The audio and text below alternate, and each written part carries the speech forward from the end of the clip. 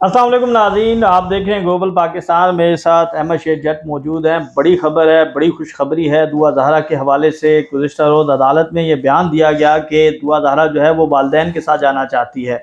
माजरा क्या है और कब तक दुआ ज़हरा जो है वो अपने वालिदैन के पास होगी, अहमद शेख जट साहब से जानते हैं। जी जट साहब, अब अदालत में भी ये बात शुरू हो गई है। आपके व्लॉग से ये बात शुरू हुई थी, उसके बाद फिर ज़बान ज़द आम हुई, फिर अब ये बात अदालत में भी पहुँच चुकी है कि दुआ ज़हरा जो है वो अपने वालिदैन के साथ जाना चाहती है और अदालत जो है वो दुआ ज़हरा को तलब करके उसकी रज़ामंदी पूछ सकती है।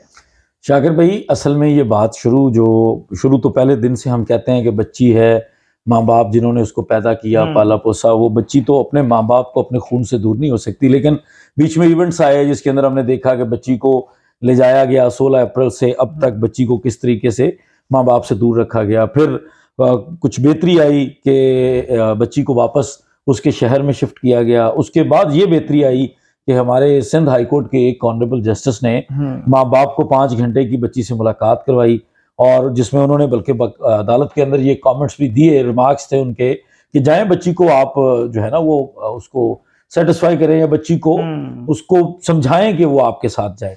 तो इन सारी चीज़ों के बाद ये तकरीबन 14 घंटों की मुलाकातें हुई अब तक, जो ऑन दी रिकॉर्ड हैं। उसके अंदर बहुत सारे लोग बहुत प्रोपेगेंडास करते हैं, लेकिन ऑफिशियली जो है वो बिल्कुल, उसको मैं जिम्मेदारी से कह रहा हूँ, 14 घंटे की वालिदैन और बच्ची की मुलाकातें हुई मुख्तलिफ दिनों में 14 घंटों की 5 घंटे की हाई कोर्ट के कहने पर। उसके बाद 3 मुलाकातें हुई हैं फैमिली कोर्ट के हुक्म के ऊपर।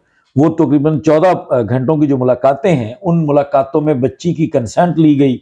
बच्ची माँ बाप से मिलना चाहती थी तो माँ बाप को बच्ची तक एक्सेस दी गई, जिसके बाद चीजें तब्दील होना शुरू हुई। माँ बाप का ये मौक़िफ़ सामने आया कि बच्ची हमारे साथ जाना चाहती है। बल्कि हमारे दोस्त हैं शाहिद हुसैन साहब, जो उन्होंने यहाँ तक क्लेम किया कि लास्ट टाइम की जो मुलाकात थी उस पर बच्ची बज़िद थी कि मुझे आज ही अपने माँ बाप के साथ जाना है। लेकिन चूंकि अब एक मुकदमा है, आपको कानूनी लिहाज से चलना पड़ता है, तो उसके अंदर जो मुद्दई मुकदमा के बिहाफ पर जो हमारे लीगल टीम के हेड वहाँ जिब्रान भाई हैं, उन्होंने एक दरख्वास्त गुजारी है ट्रायल कोर्ट के अंदर, और उस दरख्वास्त के अंदर रूल 19 को कोड किया गया है, जो सिंध चाइल्ड मैरिज रिस्ट्रेंट के एक्ट के तहत जो रूल्स बने थे 2016 में, उसका रूल 19।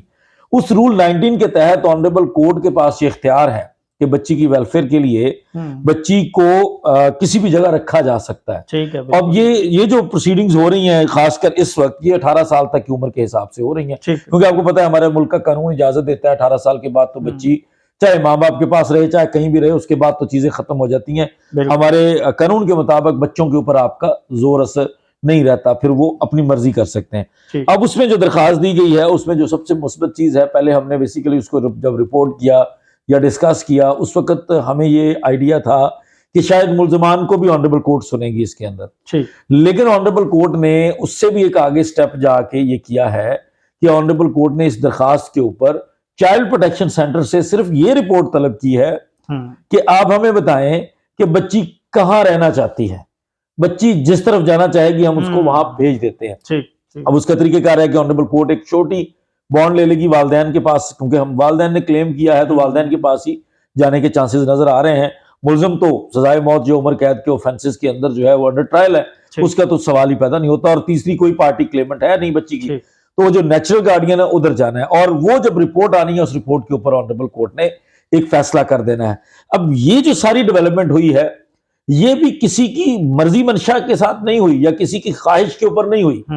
ये 2 माहिर नफ्सियात को अपॉइंट किया गया था ऑनरेबल सिंध हाई कोर्ट की तरफ से कि बच्ची का नफ्सियाती मुआयना करें।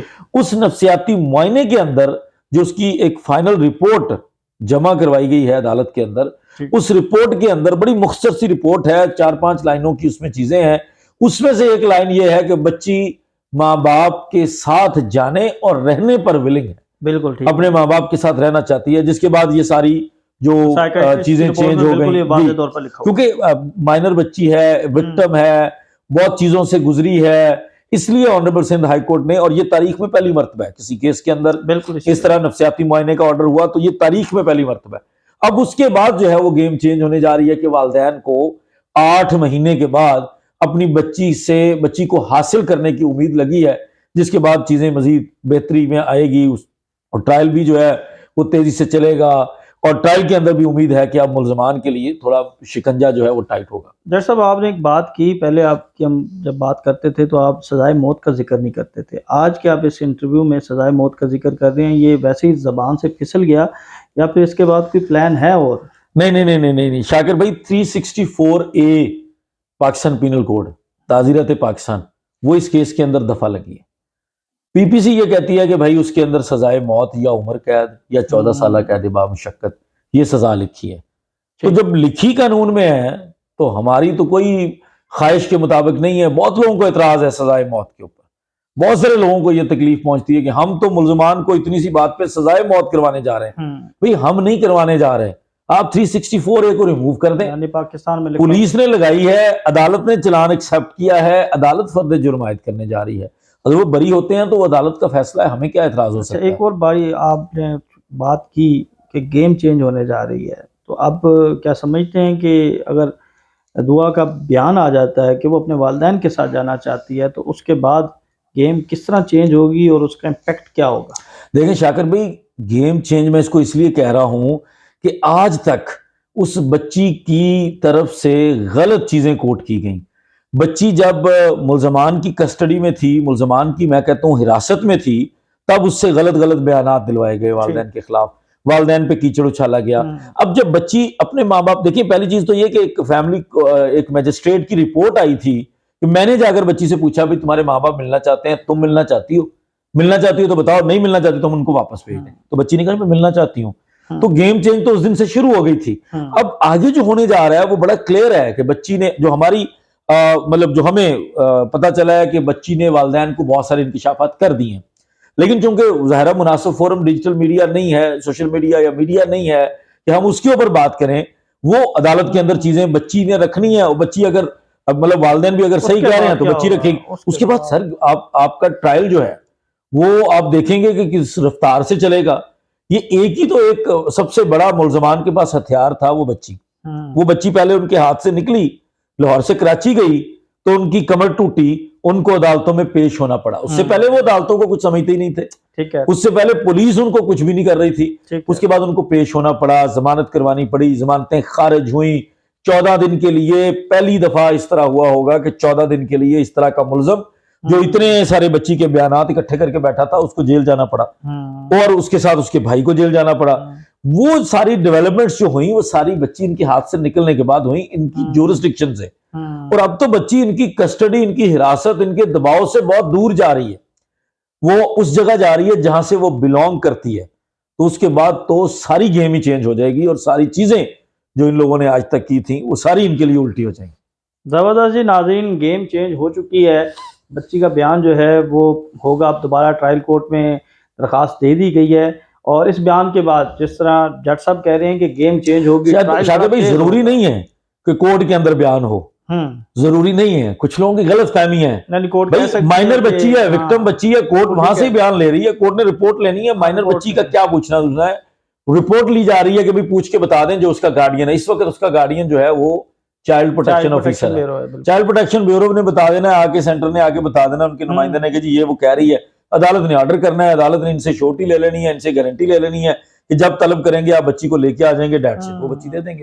جی بالکل ناظرین، یہ بھی قانونی نقطہ ہے، اور اس طرح بھی ہو سکتا ہے کہ عدالت یہ حکم دے سکتی ہے کہ جو چائلڈ بیورو پروٹیکشن ہے وہاں پر وہاں کے جو سربراہ ہوں گے، وہاں کے جو ہیڈ ہوں گے، وہ آ کر یہ بتا دیں گے کہ عدالت کو کہ بچی کن کے ساتھ جانا چاہتی ہے۔ یہ بھی ایک طریقہ کار ہے، عدالت خود بھی بلا سکتی ہے اگر مناسب سمجھے کہ بچی کا آنا ضروری ہے۔